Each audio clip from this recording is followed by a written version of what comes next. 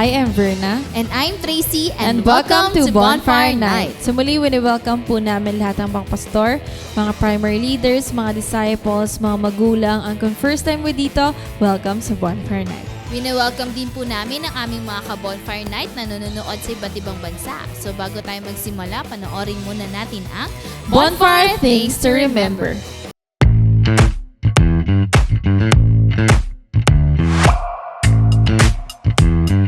Here are your bonfire things to remember. Bring your notebook, Bible, and ballpen. Open your heart to the message. Hashtag Puspus Yarn. No unnecessary activities while watching. Hashtag multitasker. Wag ganon. Focus on the message through our speakers. No? Kasi kung makikita natin, ang gaganda ng promise. Ang gaganda ng Hashtag promise. focus ka lang. Invite and tag your friends. Be a blessing. Hashtag friendship goals. Engage by sharing your thoughts and leave comments below. Respond to the message and take action. Oh, huwag kalimutan mga ka-bonfire ha. Paalam!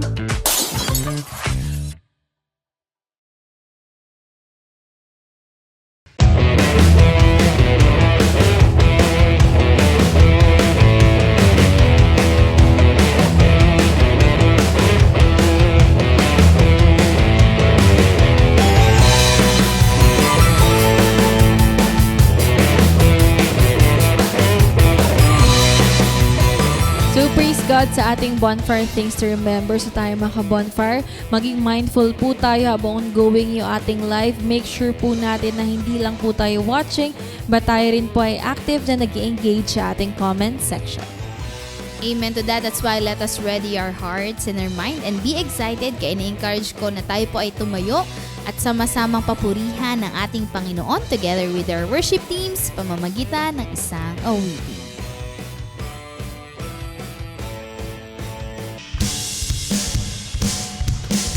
Amen. So palakpakan po natin ang ating Panginoon.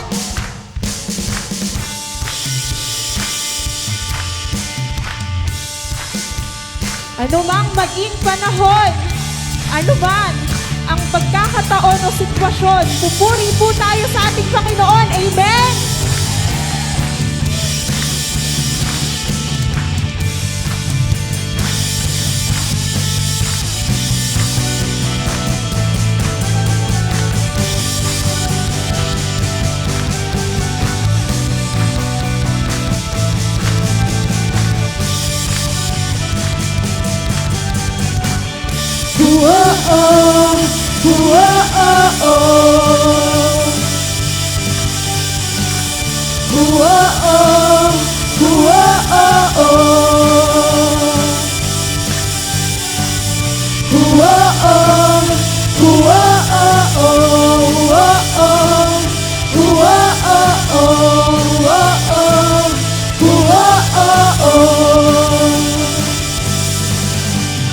Araw-araw kasiyahan, araw-araw kagalakan, araw-araw, O Diyos, araw-araw, O Diyos, araw-araw sa samahan, araw-araw di iiwan, araw-araw, O Diyos, araw-araw, O Diyos.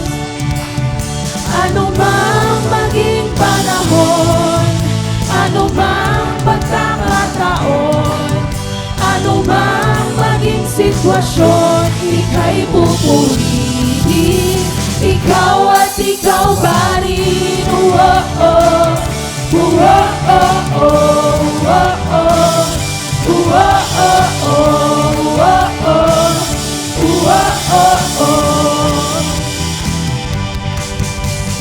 Araw-araw kasiyahan, araw-araw kagalakan, araw-araw, O Diyos, araw-araw, O Diyos, araw-araw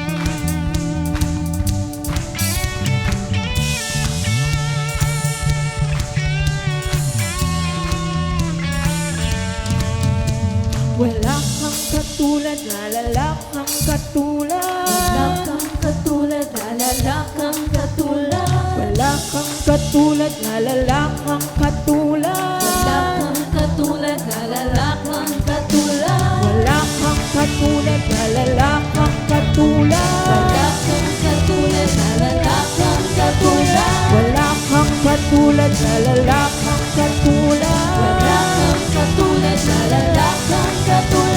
Wala kang katulad, lalala kang katulad. Wala kang katulad, lalala kang katulad. Wala kang katulad, lalala kang katulad. Wala kang katulad, lalala kang katulad. Ano mang maging panahon, ano mang pagkakataon, ano mang maging sitwasyon, ika'y pupurihin. Minsan pa. Ano mang maging panahon, ano mang pagkakataon, ano mang maging sitwasyon, ika'y pupurihin. Ano mang maging panahon, ano mang pagkakataon, ano mang maging sitwasyon, ika'y pupurihin. Ikaw at ikaw pa rin. Oh-oh, oh-oh, oh-oh, oh-oh, oh-oh, ikaw at ikaw pa rin. Oh-oh,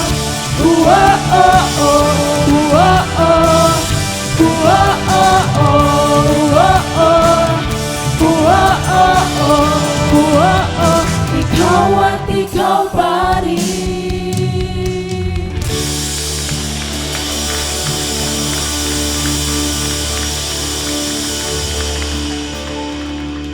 Ano mang maging panahon, ano mang pagkakataon, ano mang maging sitwasyon, ika'y pupurihin. Ano mang maging panahon, ano mang pagkakataon, ano mang maging sitwasyon, ika'y pupurihin. Ika'y pupurihin. Ika'y pupurihin. Ikaw at ikaw pa rin.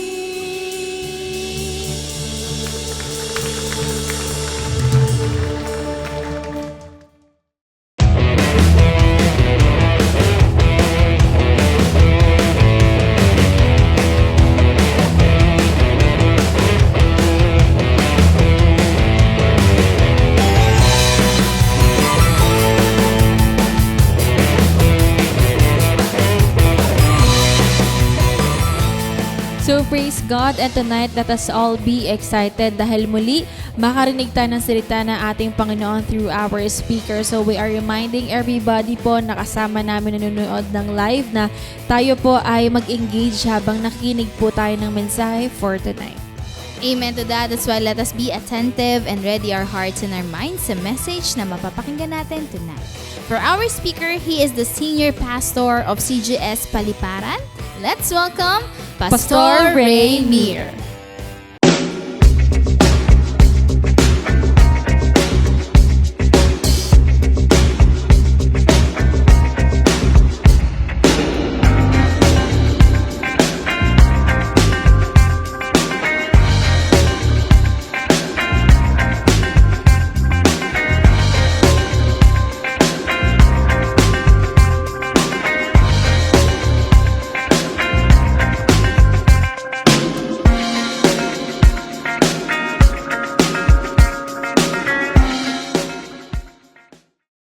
Magandang gabi po sa inyong lahat, mga ka-bonfire. Isang pribileyo ngayon na ipinagkaloob ng Panginoon na makatayo sa likod ng pulpitong ito. Nagpapasalamat po ako sa ating pong mentor na si Pastor Rami at si Ma'am Del sa pagkakataon na binigay nila sa akin upang mangaral ng salita ng ating Panginoon.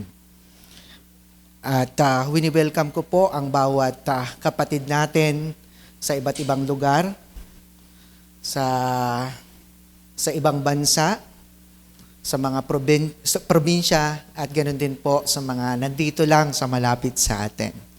So sa ating pong patuloy na gawain, so tayo po ay manalangin upang samahan tayo ng ating dakilang Panginoon. O aming Diyos na makapangyarihan, marami pong salamat sa pagkakataon na ipinagkaloob mo, Panginoon, sa bawat isa at ganun din po sa iyong lingkod.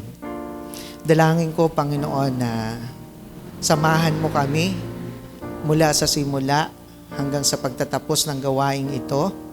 Nawa, Panginoon, ang mga salita mo na aming pong mapapakinggan ay tumimo sa aming mga puso at maipamuhay namin, Panginoon. Tulungan mo rin kami, Panginoon, na maging matagumpay ang gawaing ito. Salamat po, Panginoon, at ang Espiritu Santo ang siyang patuloy na manguna sa lahat po ng aming gagawin. Salamat po. Pinupuri ka namin, pinapasalamatan sa pangalan ni Jesucristo. Amen. Okay, so dadako po tayo sa ating pong pag-uusapan na salita ng ating Panginoon. Nais ko pong paalalahanan po ang bawat isa na maging seryoso po tayo sa ating pong ginagawa, sa ating pong pakikinig. Lahat po ng mga posibleng distraction ay ating pong isantabi at pumukus po tayo sa mensahe ng Panginoon sapagkat ito yung nais ng Panginoon na mapakinggan natin.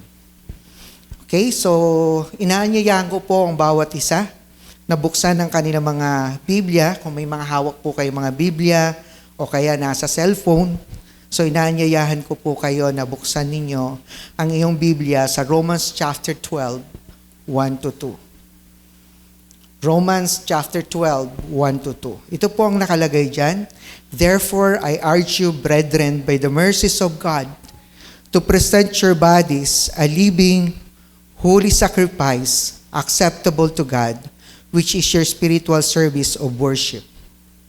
And do not be conformed to this world, but be transformed by the renewing of your mind, so that you may prove what the will of God is, that which is good and acceptable and perfect. So ang ating pong pagsa, ayon po dito sa sinasabi ng Romans chapter 12, verse 2, do not be conformed to this world, but be transformed by the renewing of your mind. So, itong taong ito, patuloy po natin pinag-uusapan ang tungkol sa legacy. At maraming mga aral na napakinggan na natin about legacy. Ngayon, ang dadaling ko sa inyo na topic ay tungkol sa transformed life is a legacy that lasts. A transformed life is a legacy that lasts. Ibig sabihin nito sa Tagalog, ang binagong buhay ay isang pamana na nagtatagal. So lahat ng mga tao o bawat tao may iniiwan na legacy, whether good or bad. Money, positions, and achievements will fade.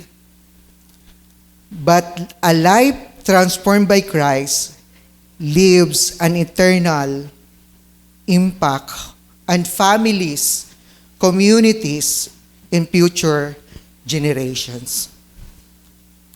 A transformed life is the greatest testimony we can live. Now, ang ating unang points sa ating pong topic, a transformed life start with surrender to God.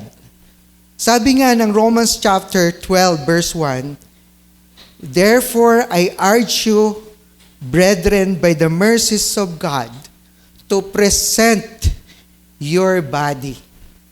Yung word na present, ibig sabihin, offer or surrender your life to God. Kailangan mong sumunod na isuko ang buhay mo upang maranasan mo ang tunay na pagbabago.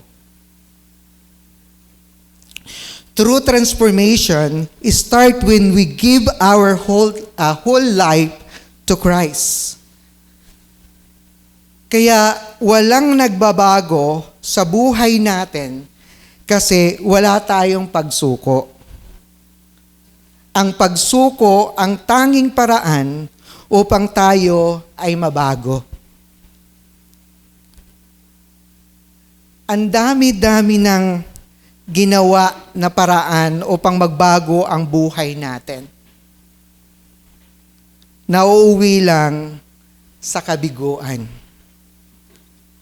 Akala nila na ang bilangguan o rehab ay isa pang ahensya na alam natin na makapagbabago ng isang tao.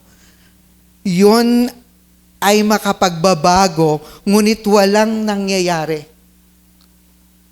A transformed life ay ang pagbabago ng isang tao mula sa dating makasalanan, makasarili, hiwalay sa Diyos tungo sa bagong buhay ayon sa kalooban ng Diyos. Ito ay hindi simpleng pagbabago ng ugali lamang, kundi isang malalim na pagbabago ng puso, isipan at buong pagkatao. Ayon nga sa 2 Corinthians 5:17, sabi niya, "Therefore, if anyone is in Christ, he is a new creature. The old things pass away. Behold, new things have come." Kaya ang tunay na pagbabago ay hindi nagmula sa sariling lakas o disiplina lamang. Marami ang sumubok baguhin ng kanilang buhay sa sariling kakayanan, ngunit paulit-ulit na bumabalik sa dating gawi. Kaya ang susi ay ang pagsuko natin sa Diyos, sapagkat siya lamang ang makakapagpatawad ng ating mga kasalanan. Walang transformation kung hindi muna napatawad at nalinis sa pamamagitan ni Kristo. Sabi nga ng Romans chapter 3 verse 23-24, "For all have sinned and fall short of the glory of God, being justified as a gift by His grace through the redemption which is in Christ Jesus." Ang Diyos ang nagbibigay ng bagong puso at espiritu sa atin. Sa Book of Ezekiel 36 verse 26-27, "Moreover, I will give you a new heart and a new spirit within you. And I will remove the heart of stone from your flesh and give you a heart of flesh. I will put my spirit within you and cause you to walk in my statutes, and you will be careful to observe my ordinances." Kaya maliwanag na ipinangako ng Diyos na bibigyan niya tayo ng bagong puso at isusulat sa atin ang kanyang kautusan sa pamamagitan ng banal na Espiritu. Siya ang nagbibigay lakas upang mabago, hindi sa sarili nating kakayahan. Kaya sa biyaya ng Diyos at kapangyarihan ng Espiritu Santo, nagmumula ang pagbabago. In Philippians chapter 4, verse 13, I can do all things through Him who strengthened me. Ibig sabihin, sa Diyos, nanggagaling ang pagbabago. Yung kakayahan para mabago ang buhay natin. Sa Kanya nagmumula. Hindi sa sarili nating kakayahan, hindi sa sarili nating pagsisika para mabago tayo. Kaya humahantong ito sa pagpapakumbaba sa Diyos. Pag-amin na hindi natin kayang baguhin ang ating sarili. Now, ano ang resulta ng buhay na isinuko ng Diyos? Isinuko sa Diyos. May bagong pagkakakilanlan. Tayo'y tinatawag na anak ng Diyos at hindi alipin ng kasalanan. Pagbabago ng pag-uugali at pamumuhay. Ang dating galit, ang dating bisyo, ang kasinungalingan at makasariling pamumuhay ay napapalitan ng kabanalan, pagmamahal at paglilingkod. Ang dating tatay na palabisyo, sabongero, babaero, nagiging banal. Mapagmahal sa pamilya at naglilingkod sa Diyos. Ang nanay na palakapit bahay para pagkwentuhan ang kapitbahay ay naiiba na. Nagyayaya na para cell groupin sila. Ang dating anak na online gaming, online cell group at online simbahay, inviting na. Kaya nababago yung direksyon at layunin sa buhay. Ang lahat ng ginagawa natin ngayon ay para sa kaluwalhatian ng Diyos.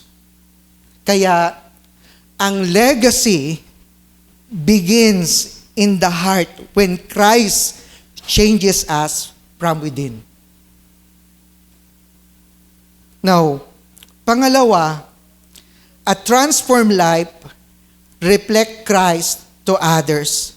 Ano ang naidudulot ng binagong buhay? Nakikita si Kristo sa atin ng mga tao. Katulad ng sinabi ng Matthew chapter 5 verse 16, let your light shine before men.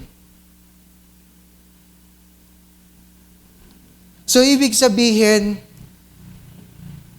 ang mga pagbabago na nangyari sa buhay natin, nagsisilbing ilaw o liwanag sa maraming mga tao.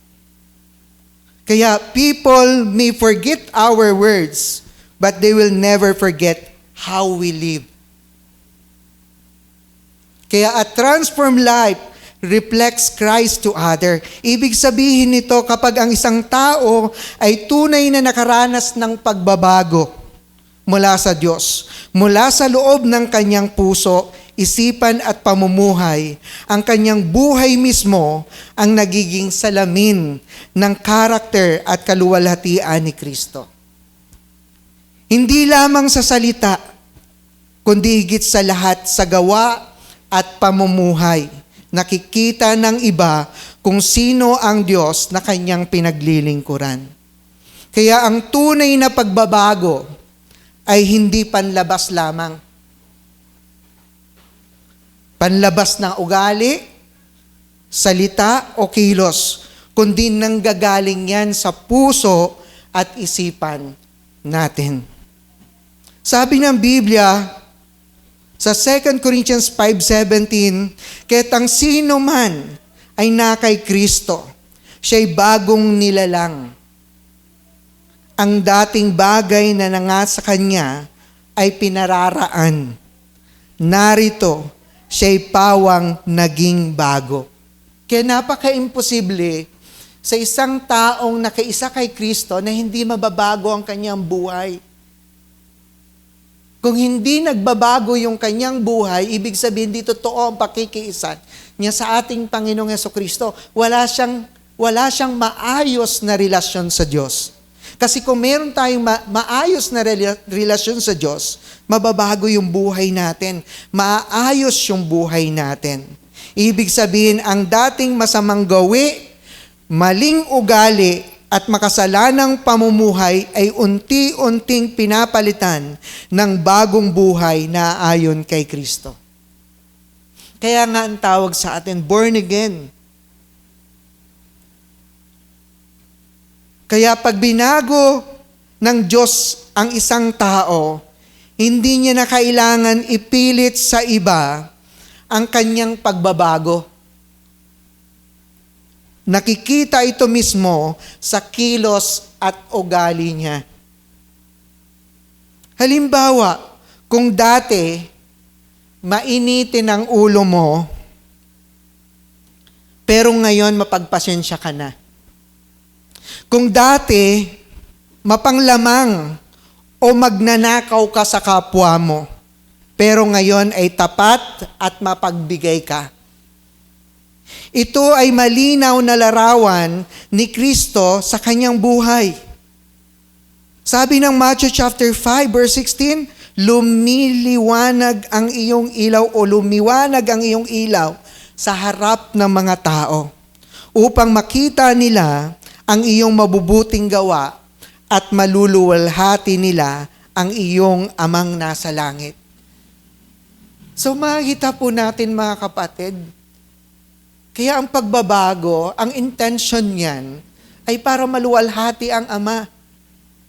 Ang nakakalungkot kapag hindi tayo nababago o hindi tayo nabago ang buhay, hindi maluluwalhati ang Diyos Ama. So kaya, mahalaga, upang maluwalhati ang Diyos Ama, dapat kailangan tunay at totoo yung pagbabago natin. Kaya ang buhay na binago ay parang ilaw. Hindi para sa sariling kapurihan, kundi para dalhin ang iba kay Kristo.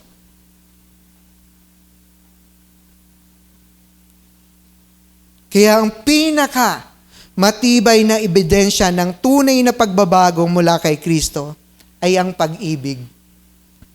Sabi ng John chapter 13 verse 35, sabi ni Jesus, dito'y makikilala ng lahat ng mga tao, kayo'y aking mga alagad, kung kayo'y may pag-ibig sa isa't isa. So maliwanag po mga kapatid, na dapat nakikita yan sa buhay natin, na meron tayong pagmamahal, pag-ibig sa iba, at kung paano magmahal, at kung paano magpatawad o magpakumbaba at maglingkod ang isang taong binago ng Diyos, iyon ang nakikita ng iba na larawan mismo ng Panginoon. Kaya ang binagong buhay ay parang bukas na aklat na binabasa ng lahat. Kahit hindi ka magsermon, ang iyong pamumuhay ang pinakamakapangyarihang mensahe. Kaya ang taong nakakakita ng pagbabago ay mapapaisip sila. Kung binago siya ng Diyos, baka kaya rin niya akong baguhin. Kaya ang transformed life ay hindi lamang para sa sariling kaligtasan, kundi para makahikayat din ng iba kay Kristo. Kaya nga tayo nag-win ng soul. At yung mga nag-win ng soul, ito yung totoo talagang binago ng Panginoon. Ang hindi nag-win ng soul, hindi binago yan ng Panginoon. Anong ipapatotoo niya na binago siya ng Diyos sa mga tao na kailangan makaranas ng pagbabago. Hindi siya nagbago. Kaya ang transformed life ay isang salamin ng Diyos sa makasalanang mundo. Ito ay patunay na si Kristo ay buhay, gumagawa, nagbabago ng mga tao. At sa pamamagitan nito'y napapakita natin ang pag-ibig, liwanag at biyaya ng Diyos.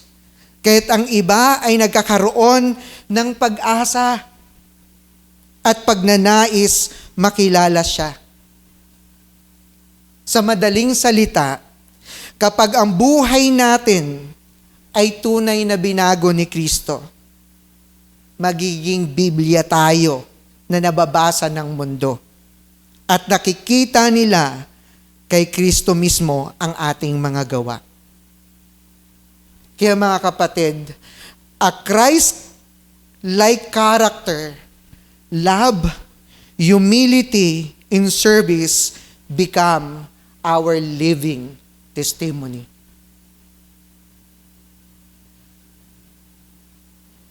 Pangatlong points, a transformed life influences generations. Ano ang naidudulot ng binagong buhay? Nakakahikayat ng bagong henerasyon. Bakit? Sinabi ng 2 Timothy chapter 1 verse 5, Timothy's faith was influenced by his mother or grandmother Lois and Mother Eunice. So makikita natin kung bakit si Timoteo ay naglilingkod ngayon sa Diyos dahil sa impluensya ng mahal niya sa buhay.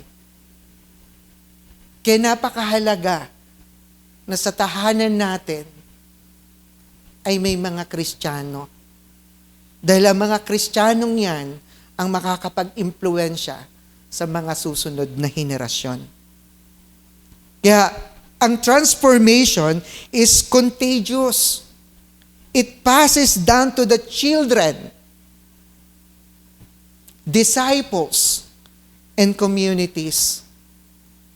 Kaya, ang transformed life influences generations.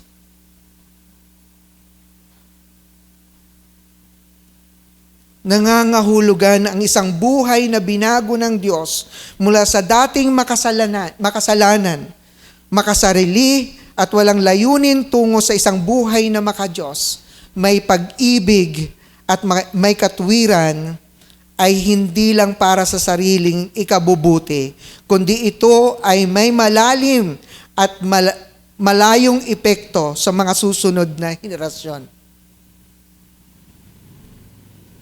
Kaya kapag ang isang tao ay tunay na binago ni Kristo, ang kanyang bagong pamumuhay ay nagiging halimbawa at inspirasyon ng iba. Halimbawa, isang ama na dating lasinggero, irresponsable, ngunit nakakilala sa Diyos at nabago, ay mag-iiwan ng pamana ng pananampalataya at mabuting asal sa kanyang pamilya. Ang kanyang mga anak ay posibleng magpatuloy sa landas ng pananampalataya at ang kanilang mga apo rin ay maepektuhan. Kaya napakasaklap na pamana ay ang never-ending ATM. Ang magandang legacy na dapat iwanan ng isang ama ay ang never-ending na pagbabago ng buhay. Kaya masakit sa anak ang makitang magnanakaw ang magulang kaysa lumaking walang yaman. Ang pagbabago ng isa ay maaaring maging simula na magandang lahi ng pananampalataya. Tandaan po natin yun.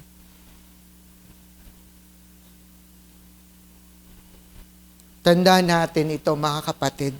Ang magnanakaw na magulang ay lason na ipamamana sa anak.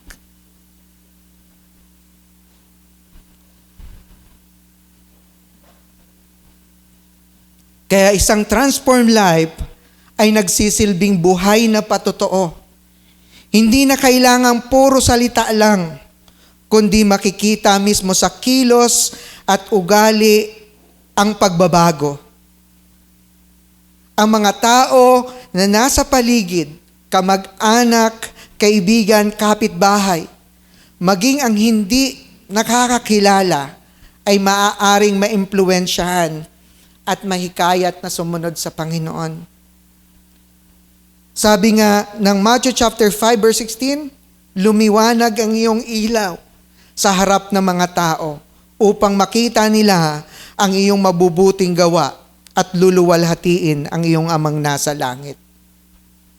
Kaya ang isang transformed life ay hindi lamang pansariling pagpapala, kundi pangmatagalang impluensya.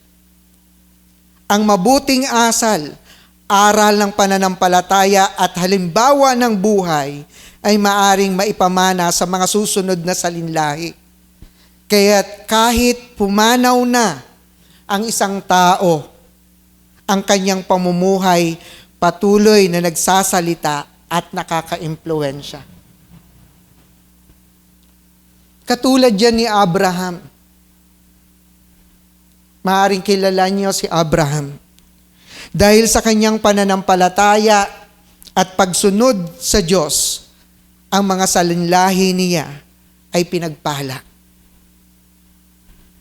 Kaya kapag ang isang buhay ay tunay na nabago, hindi lang pamilya ang maaapektuhan, kundi pati komunidad at lipunan. Ang isang binagong tao ay nagiging instrumento ng iba at unti-unting naapektuhan ang kultura at kinabukasan ng isang henerasyon. At si Pablo ay isa sa mga halimbawa na binago ng Panginoon. Mula sa taga-usig na Kristiyano, naging masigasig na tagapagturo ng Ebanghelyo. At ang kanyang binagong buhay ang nagbigay ng impluensya na umabot hanggang ngayon. Kaya nandito yung Ebanghelyo ni Kristo, nandito yung Biblia.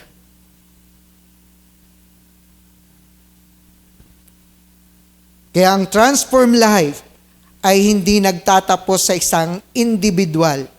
Ito ay parang ilaw na nagliliwanag na hindi lamang sa kasalukuyan, kundi pati sa mga susunod na henerasyon.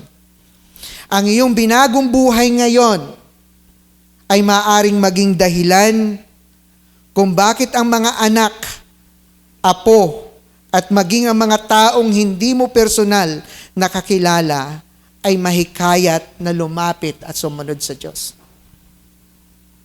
Kaya mga kapatid, kung tunay tayo na bago, asahin mo, pag lumisan ka, yung pagbabagong yan may iiwan sa mga mahal natin sa buhay. Ngunit nakakalungkot kung ang iiwanan natin ay kasamaan, magpapatuloy ang kasamaan. Pero kapag pagbabagong buhay at ang binagong buhay ng ating Panginoong Hesukristo, maraming tao ang mababago. Maaring yung ating bansa, wala nang magnanakaw. Wala nang nakatayo ngayon na namumuno na nagnanakaw. Kasi nabago na. Kaya napakahalaga ng mga Kristiyanong mga binagong totoo. Dahil tayo, yung mga tao na nilagay ng Panginoon to preserve our nations. Asan yung mga kabataan? Asan yung mga Kristiyano? Nagliliwanag ba tayo? Tayo ba yung mga tao na ginagamit ng Diyos para magbago din ng buhay ng tao? Walang magbabago kung nananatili tayo sa kondisyon natin ngayon. Nandyan lang tayo. Walang magbabago. May magbabago kung kumilos tayo. Mag-abot tayo ng mga tao. Hindi dahil inuudyukan tayo para mag-abot, kundi talaga naranasan natin kasi yung pagbabago na dapat maranasan din ng iba na pagbabago. Kaya our impact continues even after we're gone when we lead others to Christ. Di po ba? Kahit mawala tayo, pero kilalang kilala tayo. Dahil nag-iwan tayo ng isang bagay na maglalast ay yung bagong buhay natin. Kaya kung meron man tayong iniisip ngayon na iwanan, kung tayo man ay nandito ngayon, matanda na, uugod-ugod na, may pagkakataon pa. Tanggapin natin si Kristo. Kilalanin natin si Kristo. At asahan mo, mararanasan mo pagbabago. At yun ang pagbabagong yun ay maglalast. Yan ang totoong pamana. Hindi yung pera. Hindi yung kayamanan. Kundi ang pagbabagong buhay ang maglalast na pamana. Our conclusion, our transformed life is not temporary. It echoes into eternity. Wealth fades. Names are forgotten. But Christ-like legacy never dies. When we surrender to God, reflects Christ, and influence others, we leave behind testimony that will outlive us. Live a transformed life today, for it will be the legacy. Remember tomorrow. Hopefully, prayerfully, na itong message na to ay magpapaalala sa atin na kung meron man tayong iiwang pamana sa ating mga mahal sa buhay na maiiwan pa, dapat ang pagbabagong buhay natin. Kasi yun lang ang pamana na maglalast. Mananatili. Kaya sa pagkakataong ito, muli nagpapasalamat ako sa Lord dahil sa opportunity na binigay niya to share this gospel, to share this message na nais ng Diyos parating sa ating lahat. Kaya sa pagkakataong ito, muli inaanyayahan ko po ang bawat isa, tayo'y manalangin.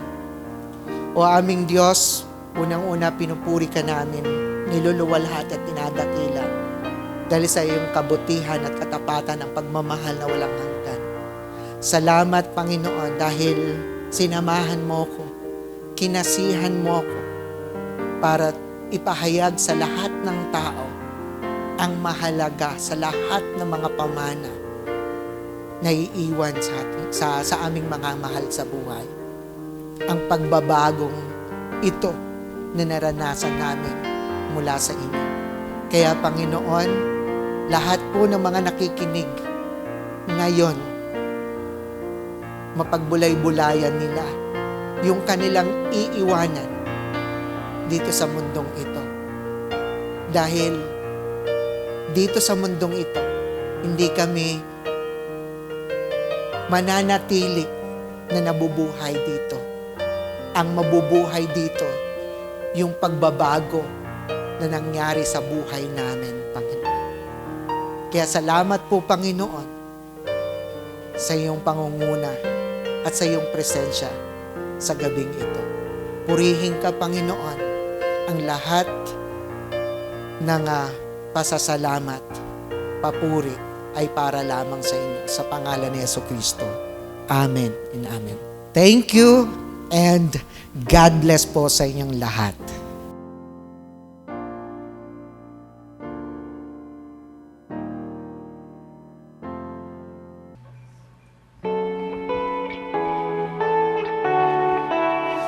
Sa oras na ito, we are here as a worshiper. Hindi lang tayo attendee. We are here to worship. Undignified. If you want to cry, if you want to give thanks, if you want to shout, gusto natin lumuhod, sa titaas ng ating mga kamay, gawin natin. Dahil wala tayong sasabihin ngayon, kundi salamat, Panginoon. Napakabuti ng Panginoon. Kaya dito tayo ngayon, nagpupuri sa Kanya. Sa oras na ito, Panginoon, nais namin maramdaman ang iyong presensya. Hallelujah.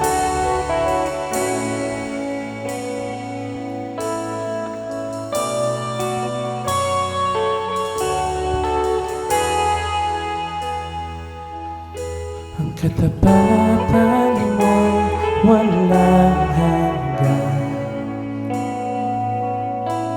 Naglinis ng pusong may karumihan. At kahit ilang beses sa mga mabigo, ako pa rin ay minahal ng buong buo.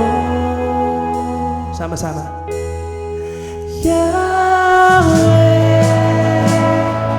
Diyos na di nagbabago. Yahweh,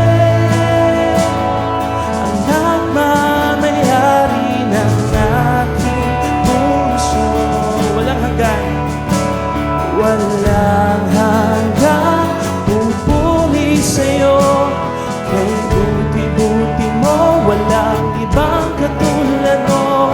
Salamat, Panginoon, buhay ko'y alay sa'yo, Jesus. Ang katapatan mo'y walang hanggan. Nagbigay ng pag-asa sa sanlibutan. Ang biyaya mo'y sapat, ikaw ang kanlungan, sa'yo ang kaligtasan, aming Ama. Yahweh,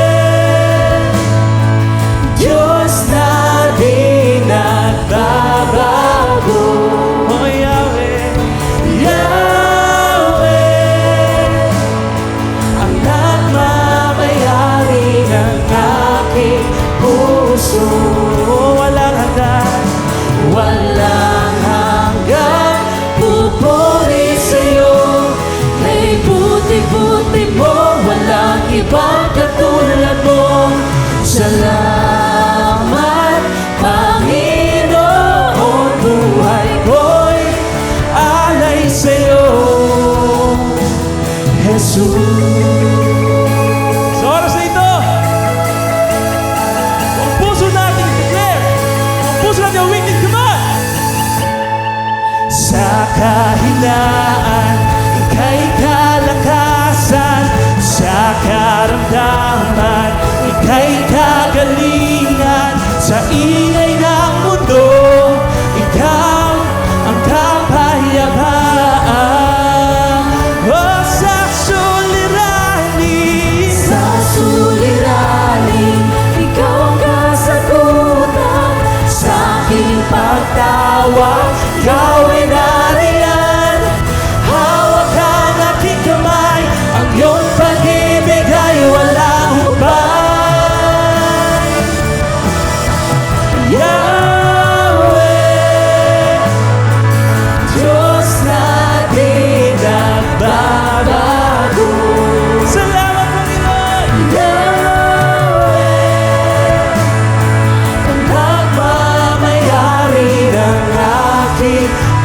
puso. Yahweh, ang makapangyarihang Diyos. Yahweh, ang nagbago ng aking puso. Walang hanggan, Walang hanggang pupuri sa'yo. Kay buti-buti mo, walang ibang katulad mo. salamat, Salamat, Panginoon. buhay ko'y alay sa'yo, Jesus.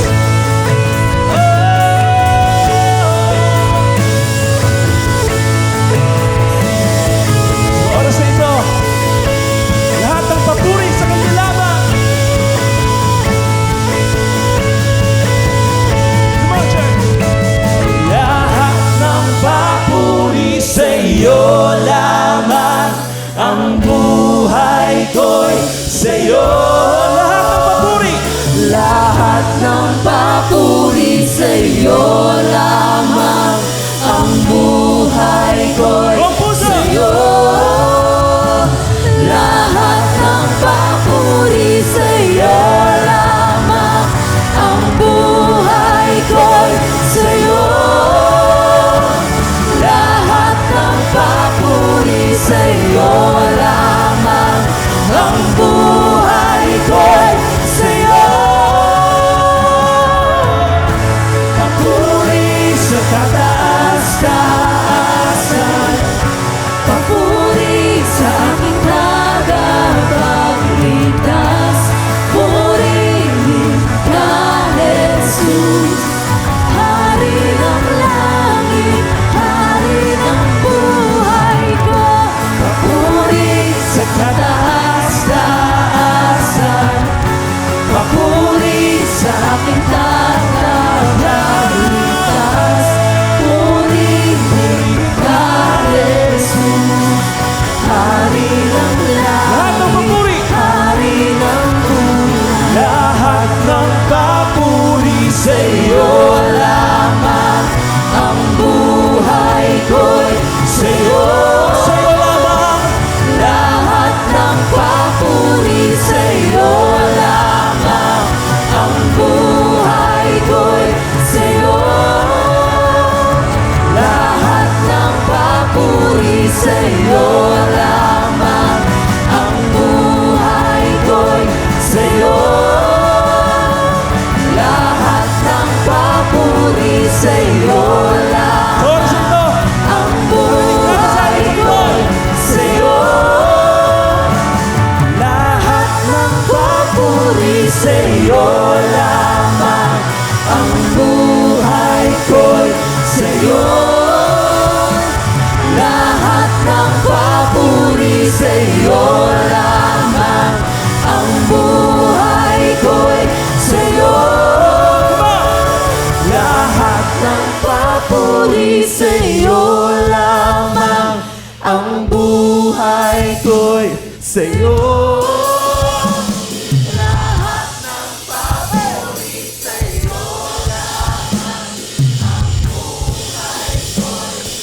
lahat ng papuri, lahat ng papuri sa iyo lamang, Ang buhay ko'y sa'yo. Lahat ng papuri sa'yo lamang, ang buhay ko'y sa'yo. papuri sa kataas-taasan, papuri sa aking tagapagligtas. Purihin ka, Jesus, Hari ng langit. For the last time. Papuri sa kataas-taasan, papuri sa aking tagapagligtas. Purihin ka, Jesus, Hari ng langit, hari ng buhay ko.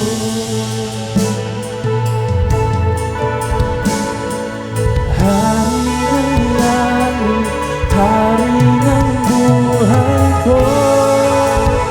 Oh, salamat Panginoon. Oh, salamat Panginoon.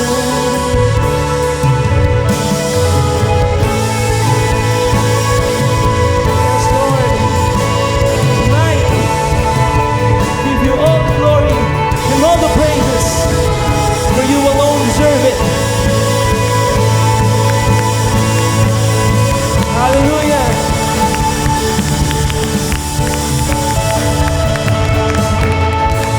Sige po, palakpakan natin ang ating Panginoon.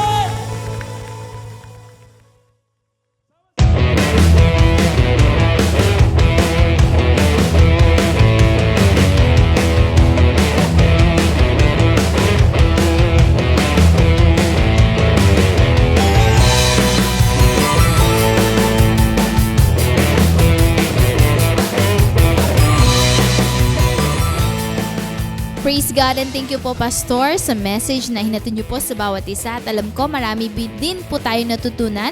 That's why we continually encourage everyone na patuloy niyo pong i-post ang inyong mga takeaway lines sa inyong mga social media sites using this hashtags.